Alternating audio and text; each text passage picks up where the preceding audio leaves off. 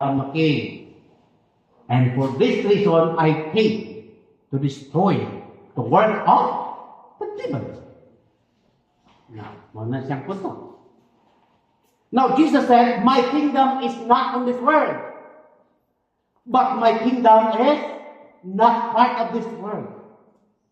Managing true, Jesus demonstrated that he is truly a king, but the kingdom of Jesus Christ is not of this world, but it is in heaven. The spiritual kingdom of God.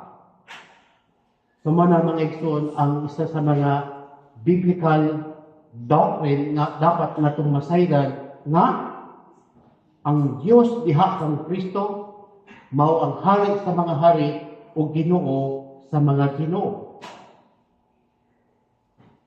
Who had delivered us from the power of darkness and had translated us into the kingdom of the Son of His love, in whom we have redemption through His blood, the remission of sin.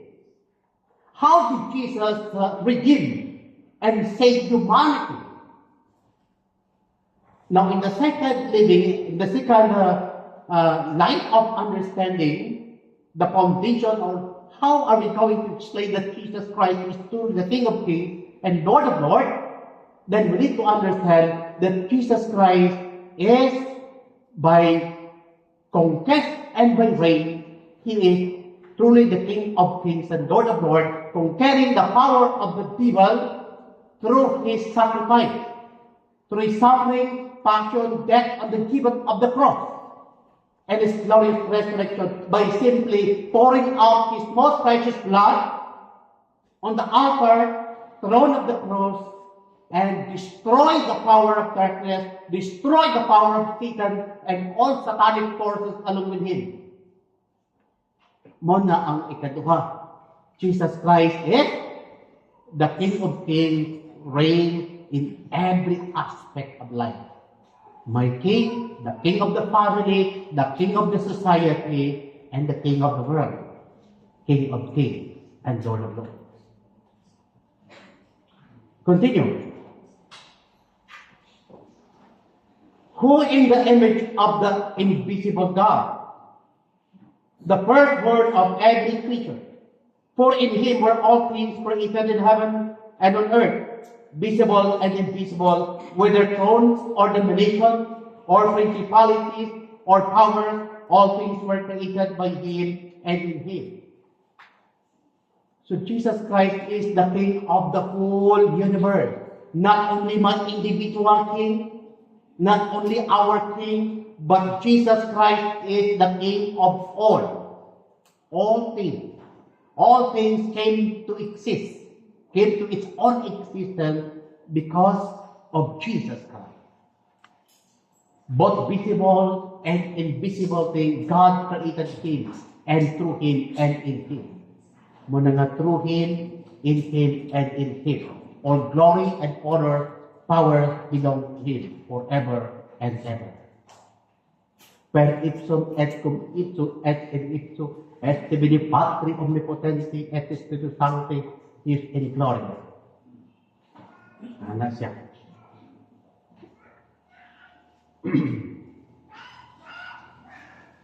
And then, verse 19, because in Him it had well pleased the Father that all fullness should dwell, meaning the fullness of the Father's divinity is in Him, dwell in Him. Manang itawag Christological perichoresis, meaning the divinity of the Father, of God the Father, is truly and wholly and fully present in Jesus Christ. And the fullness of the Holy Spirit divinity is truly and fully present in Jesus Christ. The fullness of Godhead, of the most Holy Trinity, is truly present in the person of Jesus Christ. And Jesus Christ is God and man, the only Savior of the world, the only Savior of mankind. Sa Biblia, mga igsoon, gingon sa Acts chapter 4, verse 10 up to 12. Take note. Unsay giingon. Acts chapter 4, verse 10.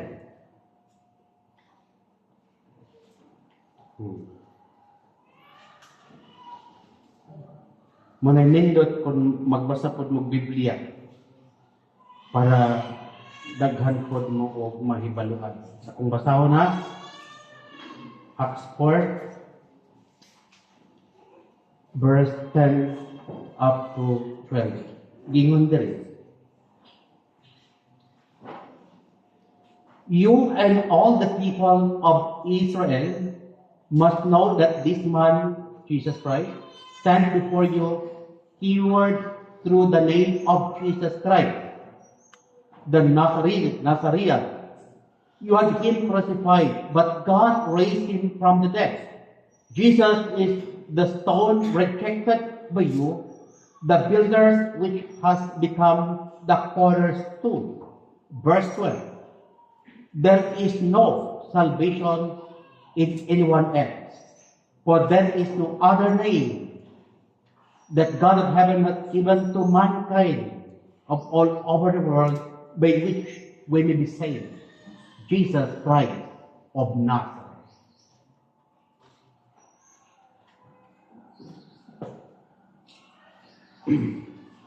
Ang gitudlo sa simbahan na Biblia na in primum. Sa Biblia, there is no other name that the God of heaven has given to mankind to save the whole people in the world, the name Jesus Christ of Nazareth. Now, the Catholic Church teaches part of the Catholic Church Magisterium sa ihang dokumento na gitawag o unum primum nga there is no other salvation outside Jesus Christ and the Catholic Church. Because we cannot separate the Church and of Jesus Christ. We cannot separate the person of Jesus Christ and the Catholic Church. Because in the first reading today, Jesus Christ is the head of his church, the body. And Christ himself is the Savior of his body, the church. This is the very reason why Jesus in Matthew chapter 16, verses 18 to 19, said that even the gate of hell cannot destroy my church. Because in the first place, Jesus understood that the church is his mystical body. And no one can conquer Jesus because he's God, the creator of heaven and earth, the creator of all things, both visible and invisible things. And all things originated, created, came to its own existence through him. May rason!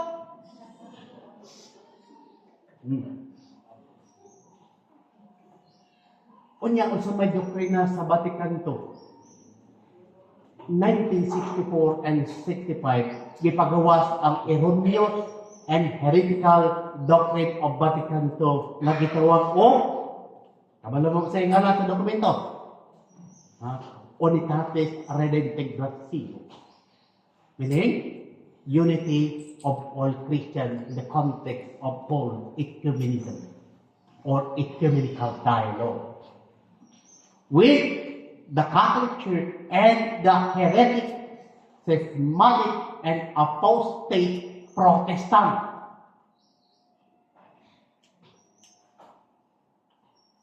Ang gate of hell, they are the tongue of the heretic. They are the instrument and followers of the devil. An instrument of Satan to destroy the church. So sila ang mga heretic, sila ang mga enemy. Sila ang gigon ni Kristo nga the tongue of the heretic. Ang mga liberalist, mga modernist, schismatic, apostate, antichrist. Saktan na. Muna nga dapat yun masayod ka mga igsuon. Kung sa doktrina ni Kristo o doktrina sa simbahan. Lain nga doktrina po nga error sa Vatican II, ang Vatican II na ay 16 official documents. Kunya, panahon sa mo ang novitiate, period, kung sa religious life, for 2 years, magtuon mi sa 16 documents of Vatican II.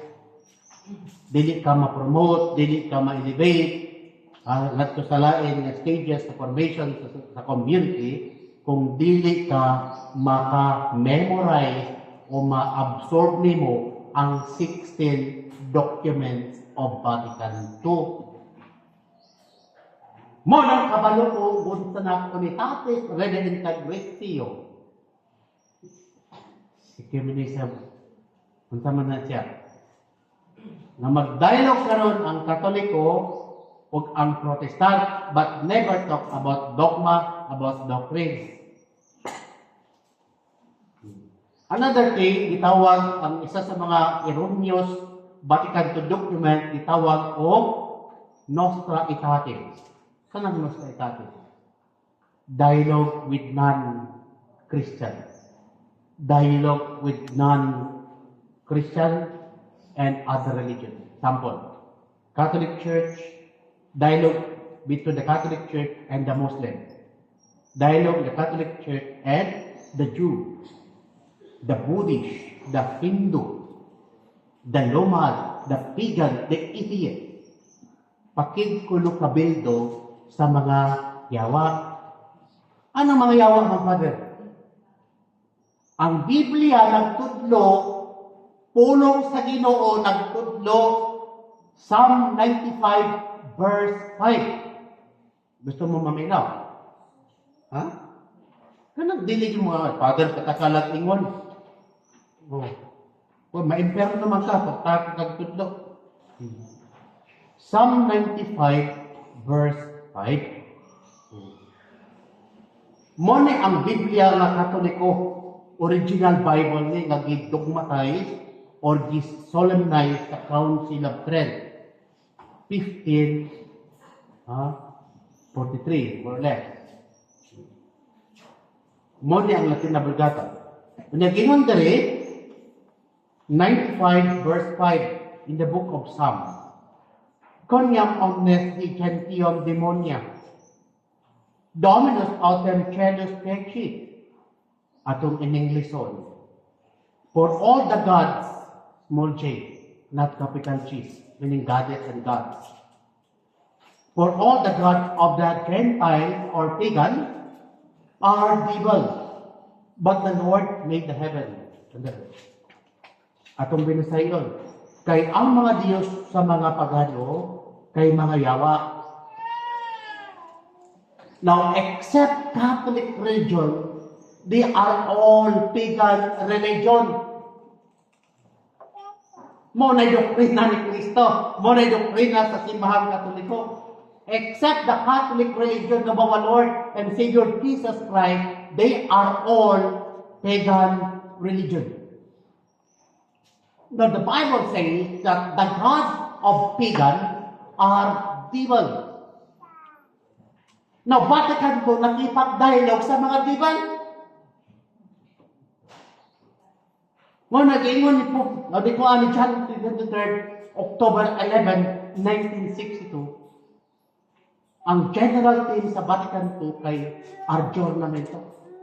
Adjournamento meaning updating all doctrines. Mo nagipanggo ba ang mga doktrina? Then opening all the windows, all the doors of the church, then let the fresh air enter. Susunod ang mga yawa, ang mga demonyo, sunod dito sa Vatican II through the spirit of erroneous, heretical, and false teaching. Kaya ang naglingkod sa Vatican II, mason. Mga mason. Muna itong infiltration. Muna kung nakasubaybay mo, nasabtan ninyo ang libro nga gisulat ni Dr. Marshall Taylor, The Infiltration, masabtan ninyo how the devil works within the Catholic Church in the life of Vatican II. Muna gi-change tanan, ang mesa gi-change tanan. Muna ang mesa karon nga lang introduce Mass of the Protestant, modernist Protestant.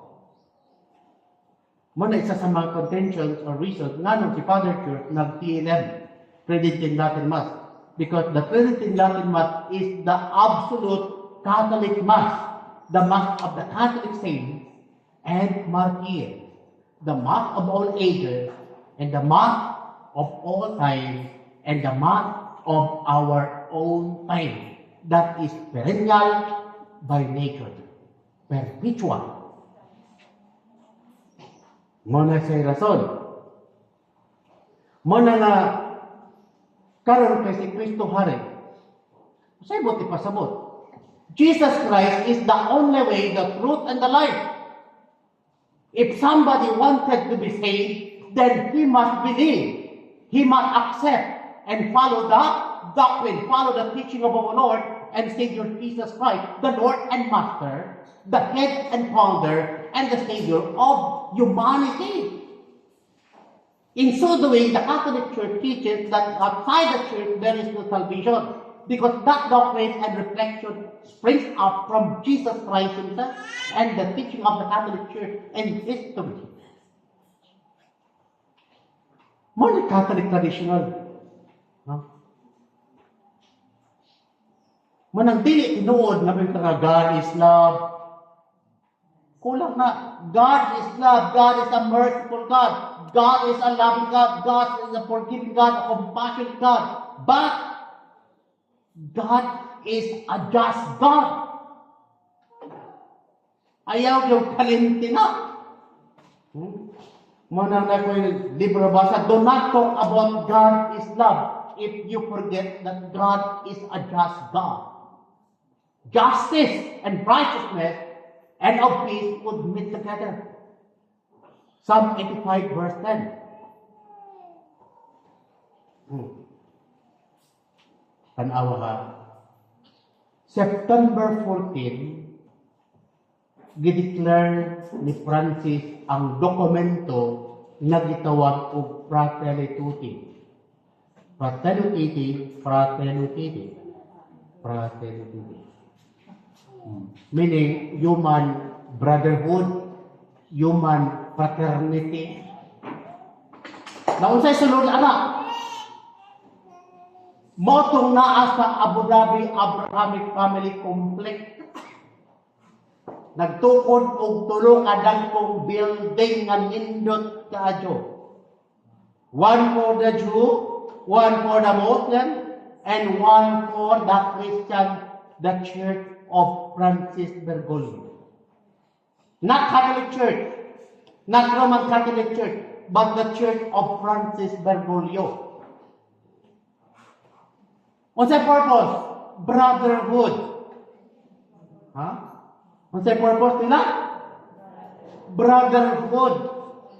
Kay ang Muslim brother, ang Jew brother, para dili magkira, para na i-peace, na ay joy, na ay harmony.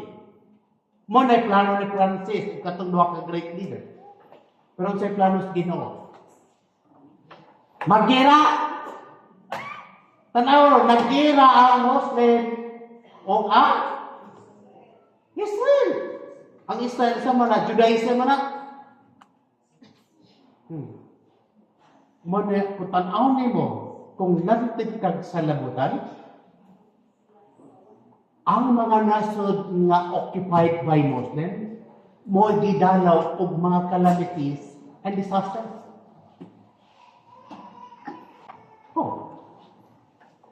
Turkey, Afghanistan, Libya, Gaza, itong mga Hamas, yan ang Christian. Karon kasi kalaban nila, mga Hudyo. Na ang mga Hudyo, mga Muslim, mo itong nasa Abrahamic conflict. Nga nag-away man lagi. Asa namang brotherhood? But ito ni Bergoglio. Pero ito may plano Ginoo. Plano to mga masod. Plano sa Antikristo. Ang apostate, schismatic, o heretic. Girawit! Hindi pa na mao, nagsugod pa lang ta. Muna sa bang nasod, pero nana sila ipag-inject sa ilang lawas for protection sa nuclear weapons kung mabuto na na. against sa mga chemicals na mga deadly and poisonous. Kaya ang propesiya, maglatag ang mga patay sa lawas sa tao o kaunon sa mga uwak o mga vulture. Dili daghan ang mag-survive, gamay ra kakarampot ang mag-survive. Nagtuo sila nga na'y kaluwasan kung wala si Kristo Jesus. Muna dakong deception na ilang itudlo.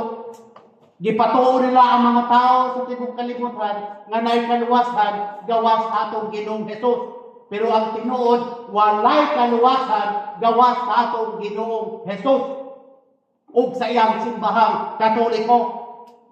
Kaya di pwede mulagon ang simbahan ng si Kristo. Kaya ang simbahan mo yung lawas, si Kristo ang ulo. Kung mulagon na, anananggal. Sinoon? Muna na po deception karon. Muna luoy kayo ang mga nomos oddo nga nagmata lang ta, nagsigang mata. Wa ka balong asa padulong. Ruin, devastation, destruction. Kung imong i-review ang katong mga sulat sa usa ka seer, sa usa ka kanang stigmatist na si Blessed Anne Catherine Emmerich. Isa sa mga tugigon na I saw a very large procession of the bishops and cardinals, and they are so busy, and of clergy for the destruction of the church. Manang busy kayo mga cardinal karon, busy kayo mga obispo, mga parish priest sa Synod of Synodality. Pero behind the Synod of Synodality, ruin of the soul, ruin of the church. Muna'y problema nila, dili atong problema.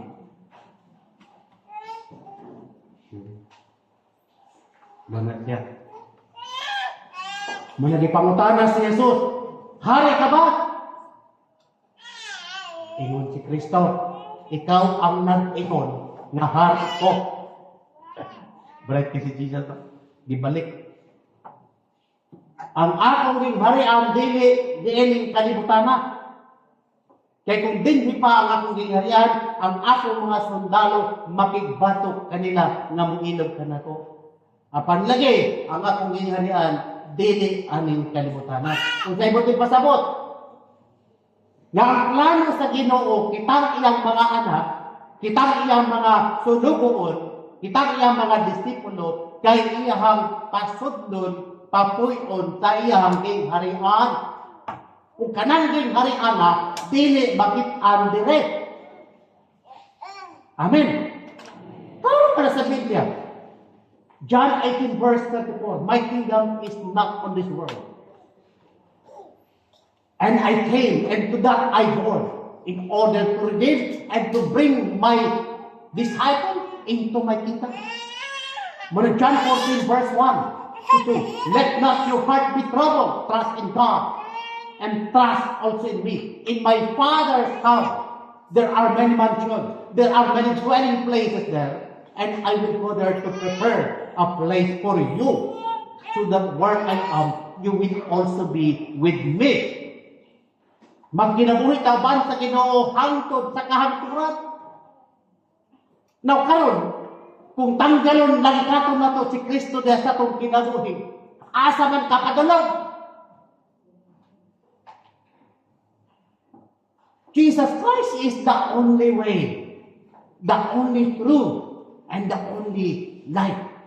And no one can come to the kingdom of the Father except through Jesus Christ. Sabi mo kung sa deception sa CBCP, Catholic Bishop Conference of the Philippines, basahan ninyo ang prayer sa ecumenism.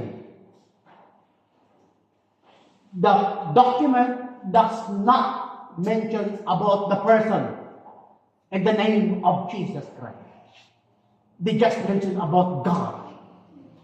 Ambiguous or using the principle of ambiguity. Libog-libog ba?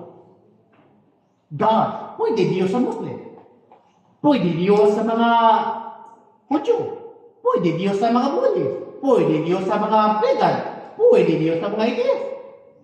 Why klaro? Ambiguous. Pero sa Biblia, sa tradisyon, sa apostolic tradition, outside Jesus Christ in the Catholic Church, there is no other salvation because there is only one name that the God of heaven has given to the people of this world, the name of Jesus Christ that saves. Oh. Di lang kalpay mo, God is love. Pero fail to explain the nature of sin. Nga kung mamatay ka nga nasa state of mortal sin or even original sin, the Catholic Church, in the light of the Council of Florence and of Trent, the soul of the person immediately enters into hell, the eternal lake of fire prepared by God and for the devil and of his angels, quoted from Matthew chapter 25, verse 41, verse 46. Mga naging impyerno, muna kung naging impyerno, naging langit, ang gingharian sa Diyos. Muna gayon niya, my kingdom is not in this world, but my kingdom is in heaven. Kung ang plano sa Diyos nimo, ang plano sa Diyos nako, ang plano sa Diyos natin pala nga makadangat, makasulod, makapuyok at taginganan sa Diyos o makikuban sa Diyos hangtod sa kanto. Amen. Mo nang magrosaryo para ma-enroll ka sa gingharian ni Kristo, sa gingharian sa Diyos. Ma-enroll ka dito ba? Karon, unsaon nato pagsulod sa gingharian sa Dios kung di ta maglakat sa dalan padulong sa gingharian sa Dios? Nabita na mutana, Father. Matuday ka og tibong ko? Oo. Isa nga, Father, sakay lang ka ng sakyanan na ay kuan, signboard na tibong ko. Kung pa mo katultol tibong ko na. Kay ihatod gyud ka na tibong ko. Bahalag abot dito sa tibong ko, mangutana kag asa kadapit mo ito. Kaya ang mga tao mo, sulti man. At least naala ka sa tibong ko. Oh. Sa samang paglagi, kung muad ko paglagi, unang buhaton na to, nata sa tamang dalan, padulong sa langit. Magbuntag dalang kag langaw, anang dalan, di ka makadulong, makaabot sa langit, kaya ang dalan